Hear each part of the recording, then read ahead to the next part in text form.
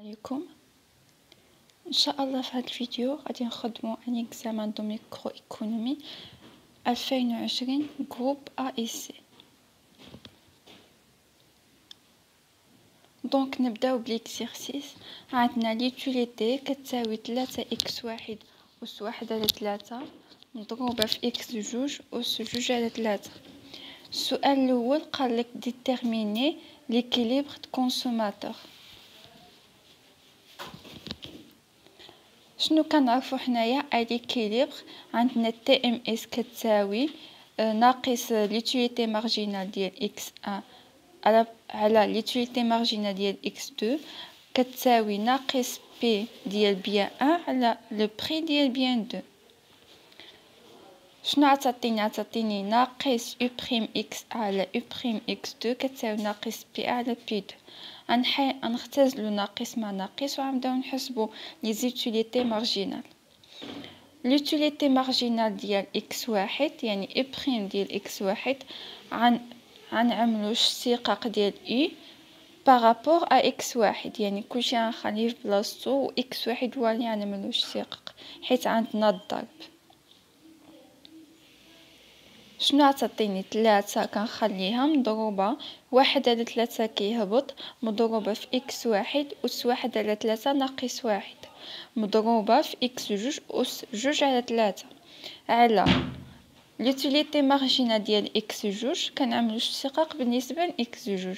عطاتيني 3 مضروبه في اكس واحد أس 1 على 3 مضروبه 2 على 3 كتهبط مضروبه في اكس 2 أس 2 على 3 ناقص 1 كتساوي بي 1 على بي 2.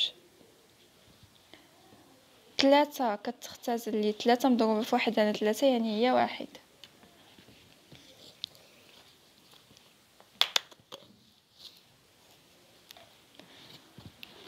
مضروبة في إكس واحد أس ناقص 2 على 3 مضروبة في إكس 2 أس 2 على 3 على 3 مضروبة في 2 على 3 يعني 3 كتختزل مع 3 وكتبقى لي 2 مضروبة في إكس واحد أس 1 على 3 في إكس 2 أس ناقص 1 على 3 كتساوي بي على بي 2. ناقص الفوقانيه كتهبط لتحت، يعني الاس اللي عنده ناقص كيهبط لتحت والاس اللي لتحت عنده ناقص كيطلع الفوقي. كتعطيني اكس 2 أس 2 على 3 زائد 1 على 3 على اكس واحد أس 1 على 3 زائد 2 على 3 كتساوي بي على بي 2. شنو كتعطيني اكس 2 على 2 اكس واحد كتساوي بري ديال بيان 1 على بري ديال بيان 2.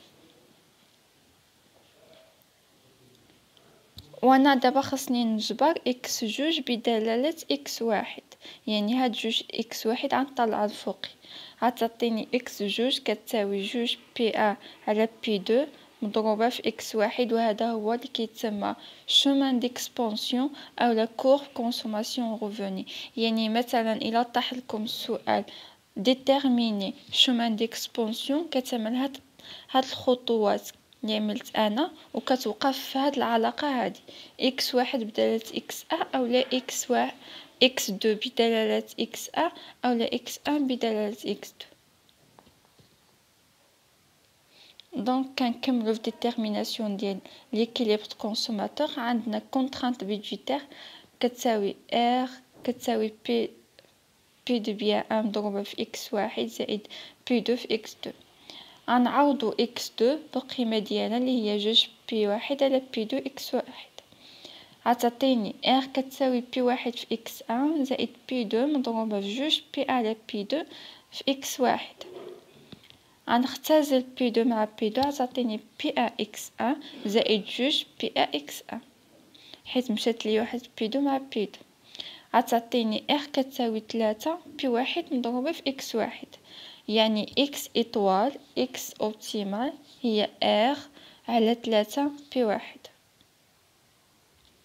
كنرجعو نعملو لانتربريتاسيون بعدا اكس واحد الى كونتيتي اوبتيمال دي بيان اكس كبيره واحد. اكس كبيره واحد يعني كنقصد بها بيان واحد. سي لو ريفوني augmente x1 augmente، يعني إلا ارتفع الغوفوني تاع إكس واحد أوبتيمال كيرتفع، وإلا ارتفع لو بري إكس واحد كيهبط. XA est la quantité optimale des biens A. Si le revenu augmente, XA augmente.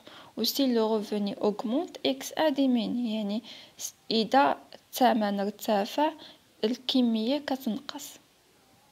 معروفة هادي. يعني إلا كان شي بيان الثمن ديالو ارتفع، الكمية اللي عاد تشريها يعني قليلة، ما عاد تشريش كمية كبيرة حيت الثمن ديالو مرتفع، تشري كمية شوية. دونك غنحسبو إكس جوج كتساوي جوج بي أ على بي دو إكس أ. إكس جوج كتساوي جوج بي أ على بي دو. إكس واحد غنعوضها بقيمة ديالها اللي هي إر على 3 بي أ. غتمشي لي بي أ مع بي أ وغتبقى لي إكس دو إطوال كتساوي جوج إر على 3 بي دو. إكس جوج est la quantité optimale du bien 2. Si le revenu augmente, X juge augmente. Si le prix, yani P2 augmente, X juge X2 يعني la quantité diminue. يعني إلا ارتفع لي الدخل أو ارتفع لي الرevenu هو القدرة اللي ديك الثمن اللي غنشري به. يعني إلا ارتفع يعني غنقدر نشري كمية كبيرة، وإلا لو بري ديال ديك لو بيان ارتفع غنشري منه كمية قليلة. دونك كنكونو خرجنا الكيستيون نيميرو اللي هو ليكيليبر ديال الكونسوماتور. السؤال الثاني قالك هو عطى ار كتساوي 72 و بري ديال البيان عطاه هو 3 والثمن ديال البيان الثاني هو 6، وقالك حدد لو باني اوبتيمال يعني الكمية ديال لا كونتيتي ديال بيان 1 لا كونتيتي ديال بيان 2. غنعوضو دابا حنايا خرجنا ليكيليبر دو كونسوماتور يعني اكس او اكس 2. غنعوضو ار بالقيمه اللي عطاونا و بي واحد بالقيمه اللي عطاونا و بي 2 بالقيمه اللي عطاونا، ونخرجو اكس واحد و اكس جوج. اكس واحد ار على 3 بي ا يعني 72 على 3 مضروبه في 3 كتعطيني 72 على 9 اللي هي 8. إكس جوج هي جوج إر على 3 بي 2 هي جوج في 72 اللي هي 144 على 3 في 6 اللي هي 18 وكتعطيني 8. يعني ليكيليبر اوبتيمال أو لو باني اوبتيمال هو في هاد الحالة هادي ملي كتكون إر 72 و بي واحد 3 و بي 2 6 هي 8 يعني إكس أ 8 و إكس 2 8. سؤال 3. Calcul effet de substitution et effet de revenu. ملي كنبغيو نحسبو effet de substitution effet de revenu خاص يكونوا عندنا 3 ديال السيتوياسيون. سيتوياسيون انيسيال الحالة البدئية والحالة النهائية والحالة الوسطية. نبداو بسيتوياسيون انيسيال اللي هي ليكيليبر اللي كنا حسبنا في الاول ملي كيكون ار 72 و بي واحد 3 و بي 2 6 اللي هي كنكتبوها هو 8. لا سيتوياسيون فينال هما شنو قالوا لنا في التمرين بي 2 بري ديال بيان الثاني نقص بمواتي دو مواتي يعني نقص بالنص كان 6 ورجع 3. الا مثلا قال لي ديميني ا 3 ولا ا 4 يعني رجع هو 4 ماشي نقص ب4. إلا عطاوني 2 كتعني بي يعني نقص ب4 ولا نقص بالنص ولا نقص بالثلث. وإلا عطاني ا يعني كنشبر ديك المونطو اللي هو رجع يعني كتعطيني هو رجع هيدا.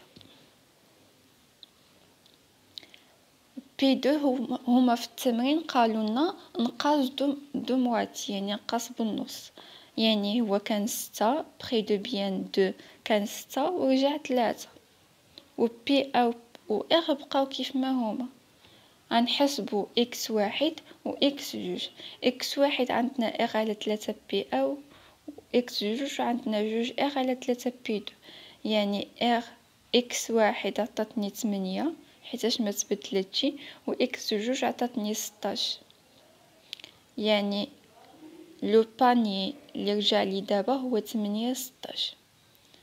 دابا حددنا دو سيتوياسيون، يعني سيتوياسيون انيسيال و سيتوياسيون فينال. دوزون سيتوياسيون انترميديير. سيتوياسيون انترميديير كنقولو فيها بلي هو بري دو تبدل وحتى الغوفوني تبدل، و بي ا هو اللي بقى ثابت في بلاصتو. يعني كنقولو بري ديال بيان تاني تغير وحتى اغ تغير معاه. on applique la relation delta R كتساوي delta P مضروبة في X.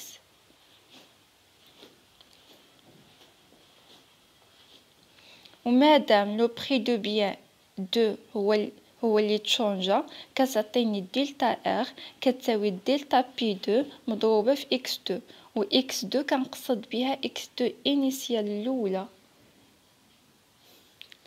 X2 انيسيال الأولى اللي هي خرجت لي 8. دلتا ار شنو كتعطيني؟ كتعطيني ار جديده ناقص ار قديمه، يعني ار بريم ناقص ار. دلتا بي 2 كتعطيني بي 2 جديده ناقص بي 2 قديمه، يعني بي 2 بريم ناقص بي 2 مضروبه في اكس 2 ديال الاولانيه ديال الحاله انيسيال، ماشي الحاله فينال، ماشي سيتوياسيون فينال. الا بغينا نحسبو ار جديده كنديو ديك ناقص ار نديها اخرى كتعطيني ار بريم كتساوي بي 2 بريم ناقص بي 2 مضروبه في اكس 2 زائد ار. بي 2 بريم هي اللي قلنا بري 2 رجع ب3 يعني نقص بالنص، و بي 2 الاولانيه اللي هي 6 بي 2 بريم هي 3 و بي 2 هي 6 مضروبة في إكس جوج. قلنا الحالة الأولانية إنيسيال يعني هي 8 زائد إغ اللي هي 72، يعني تعطيني 3 ناقص 6 مضروبة في 8 زائد 72 كتعطيني إغ كتساوي ناقص 24 زائد 72 اللي هي 48.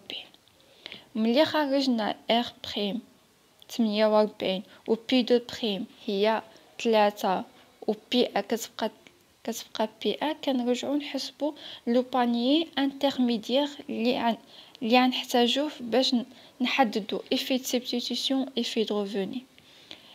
اكس 1 كتساوي ار على 3 بي ا. ار شنو هو؟ ار جديد 48 على 3 بي ا ما تبدلش يبقى هو 3 كتعطيني 16 على 3 اللي هي 5.33. إكس جوج كتساوي جوج إغ على 3 بي 2 كتساوي جوج مضروبة في إغ جديد اللي هو 48 على 3 في بي 2 جديد اللي هو 3 كتساوي 32 على 3 اللي هي 10.66.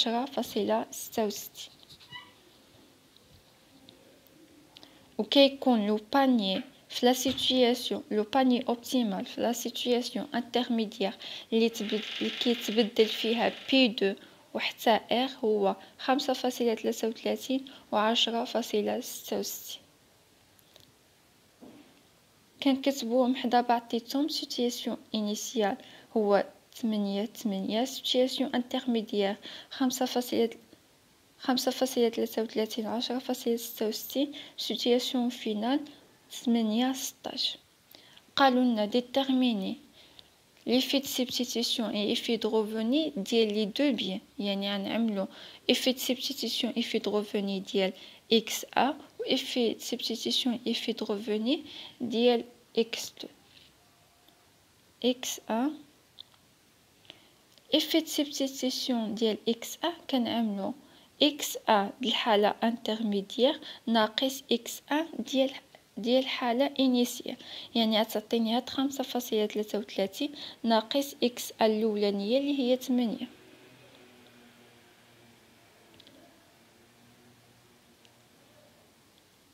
غتعطيني 5.33 ناقص 8 كتساوي ناقص 2.67. بالنسبة هذا هو إفي سبستيتيسيون كنسميوه دلتا اس اكس ان. بالنسبة لإفي دو ريفوني ديال اكس ان كنعملو الفينال ناقص انترميديير، يعني اكس ا في الحالة فينال اللي خرجت لي 8 ناقص اكس ا في الحالة انترميديير اللي هي 5.33.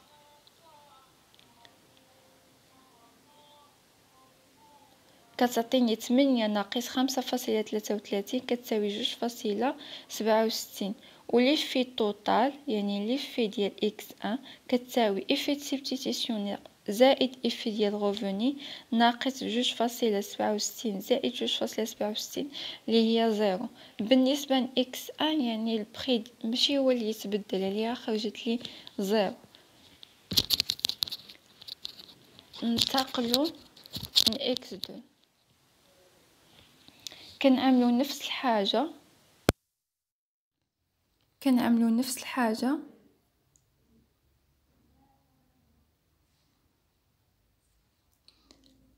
بالنسبة لدلتا اس ديال اكس 2 كتساوي 10.66 ناقص 8، يعني اكس 2 الحالة انترميديير ناقص اكس 2 الحالة انيسيال اللي غتعطيني 2.66.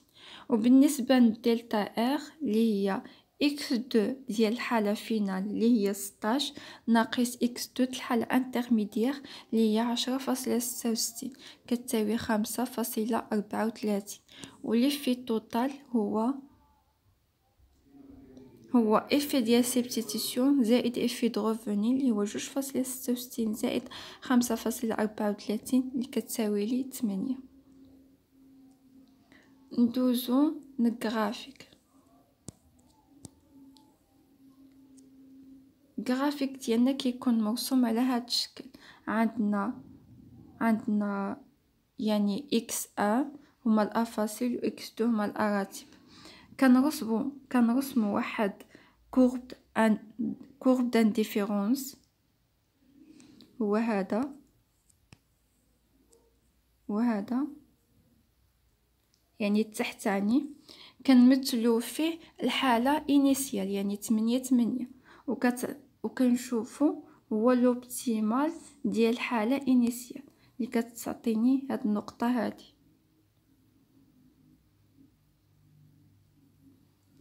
كنرسمو المماس في ديك النقطة اللي المعامل الموجه ديالو ام كتساوي ناقص بي ا على بي دو اللي هي ناقص لي بخي الاولانيين، لي بخي ديال الحالة انيسيال اللي هو ناقص 3 على 6 اللي هو ناقص 1 على 2. ها هو معامل موجه ديالو يعني ام ديالو.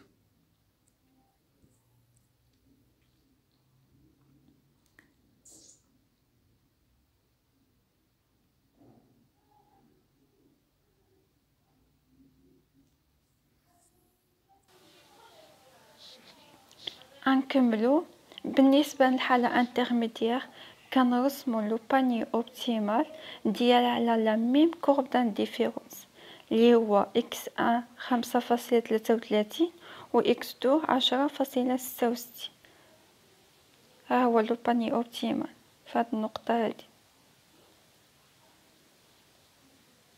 المماس في ديك النقطة هاديك هو ناقص بخي ديال بيان 1 على بخي ديال بيان 2 اللي هو ناقص 3 على 3 اللي هو ناقص 1. هذا هو المعامل الموجه ديال المماس في النقطة هذه هي لوبتيمال ديال الحالة انترميديير. بالنسبة للحالة فينال اللي عطاتني 8 16 النقطة جاتني في هاد هنا اللي كتكون في ان اوتر كورب دانديفيرونس. بالنسبة للحالة انيسيال و انترميديير كيكونوا على لا ميم كورب دانديفيرونس، والحالة النهائية كتكون في كورب دانديفيرونس بوحدها. كنرسمو لا كورب دانديفيرونس ديالها وكنعملو المماس. بالنسبة للإفي سبستيتيسيون دابا رسمنا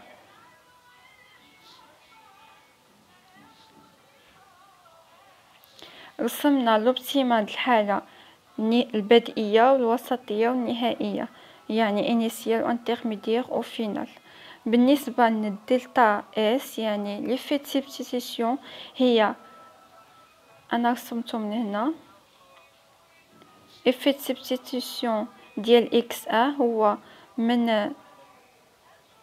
من إكس ديال البدئي لإكس الوسطي، من إكس البدئي إكس البدئي للوسطي، المسافة بيناتو هي هادي. والدلتا ار هي من الوسطي للنهائي، من الحالة انترميدير للحالة فينال. جاوني قد بعطيتهم وهذه هي اللي كتعطيني بلي هما كيخرجوا الى جمعتهم كيعطيني زيرو، هي وحده كتكون بناقص وحده بزائد. بالنسبه لاكس دو دابا هادو ديال اكس حيت اكس هو الافاصيل. الاكس دو بالنسبه لفيت سبستيتيسيون هي بين اكس البدئي و اكس الوسطي. وليفي دو ريفوني هو من الوسطي للنهائي. انا عملتهم بعدين هيدا باش منخربقش الجرافيك ويبان واضح كثر.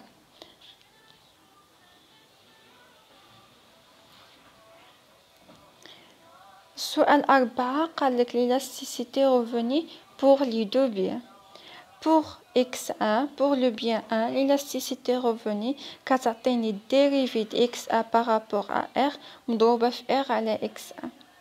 x1 كتساوي r على 3 p1، يعني 1 على 3 مضروبة في r في p1 أس ناقص 1. l'élasticité revenue كتعطيني اشتقاق ديال 1 على 3 مضروبة في r في p أس ناقص 1 par rapport à r مضروبة في r عليها هي نيت 1 على 3 مضروبة في r في p أس ناقص 1. l'élasticité revenue يعني اشتقاق كنعملوه par rapport à r. اشتقاق ديال r غيعطيني 1، يعني تبقى لي 1 على 3 مضروبة في p أس ناقص 1 مضروبة في r على 1 على 3 في r في p أس ناقص 1. غتختزل لي p أس ناقص 1 مع p أس ناقص 1 و r مع r 1 على 3 مع 1 على 3 وغتبقى لي l'élasticité revenue كتساوي 1. كنقولو سي ان بيان نورمال. pour le bien 2 l'élasticité revenue كتعطيني الديريفي ديال x2 par rapport à r مضروبة في r على x2. x2 كتساوي 2 r على 3 p2 حتى هي كنبدل الكتابة كترجع 2 على 3 مضروبة في r مضروبة في p2 أس ناقص 1. يعني l'élasticité revenue كتعطيني الاشتقاق ديال 2 على 3 مضروبة في r في p2 أس ناقص 1 بريم مضروبة في r على 2 على 3 في r في p2 أس ناقص 1. يعني كنعملو اشتقاق بالنسبة ل r، يعني r اشتقاق ديالك كيعطيني 1، كتبقى لي 2 على 3 مضروبة في p2 أس ناقص 1 في r على 2 على 3 في r في p2 أس ناقص 1. كي تختزل لي كلشي مع بعضيتو كتشد لي l'élasticité revenue كتساوي 1، يعني سي ان بيان نورمال.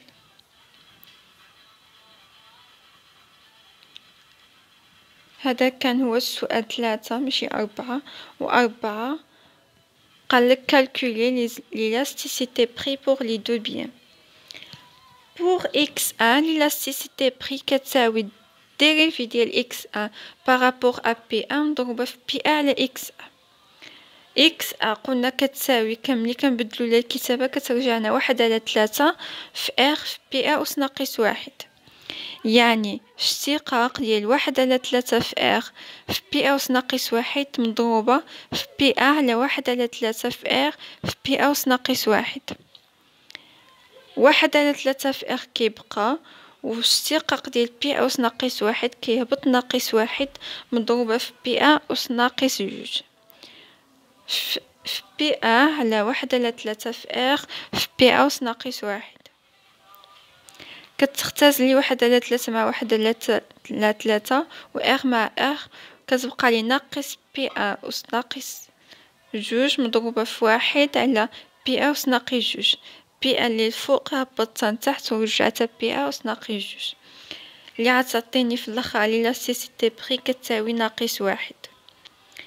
بوغ لي بيان دو ليلاستيسيتي بري كتساوي الديريفي ديال إكس دو على بوغ بي دو مضروبة في بي دو على إكس دو.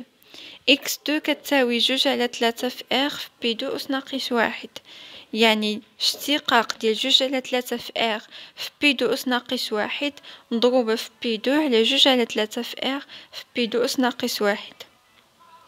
كنعملو اشتقاق بارابور أ بي دو، يعني كلشي كنخليه في بلاصتو، بي دو هو اللي كنعملو اشتقاق.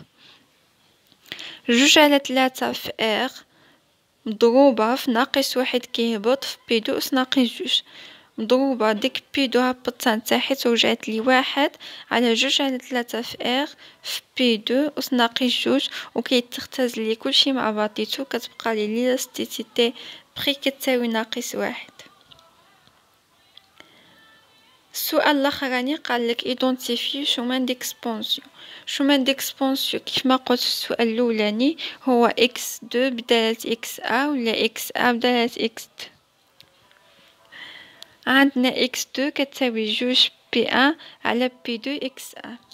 إلا عوضنا بي أو بي دو بالقيم ديالهم الأولى إنيسيون كتعطيني إكس دو كتساوي جوج في تلاتة على ستة إكس أن، كتعطيني إكس دو كتساوي إكس أن. شومان ديكسبونسيون قالك كونكلير. C'est une relation indépendante des revenus، هي علاقة مستقلة على الرevenu et qui exprime la combinaison optimale de x1 en fonction de x2. يعني وكتشرح لا كومبينيزون العلاقة المثالية ديال البيان ان اون فونكسيون ديال بيان دو. كتشرح العلاقة المثالية ديال البيان ان بدلالة البيان دو. بالنسبة للكونكلير أو لا انتربريتاسيون كتبقى على كل واحد شنو كيشوف الأمر أو كيفاش كيفهم ديك الحاجة. كنتمنى يكون التمرين واضح ومفهوم، والله يوفقكم ونسألكم الدعاء.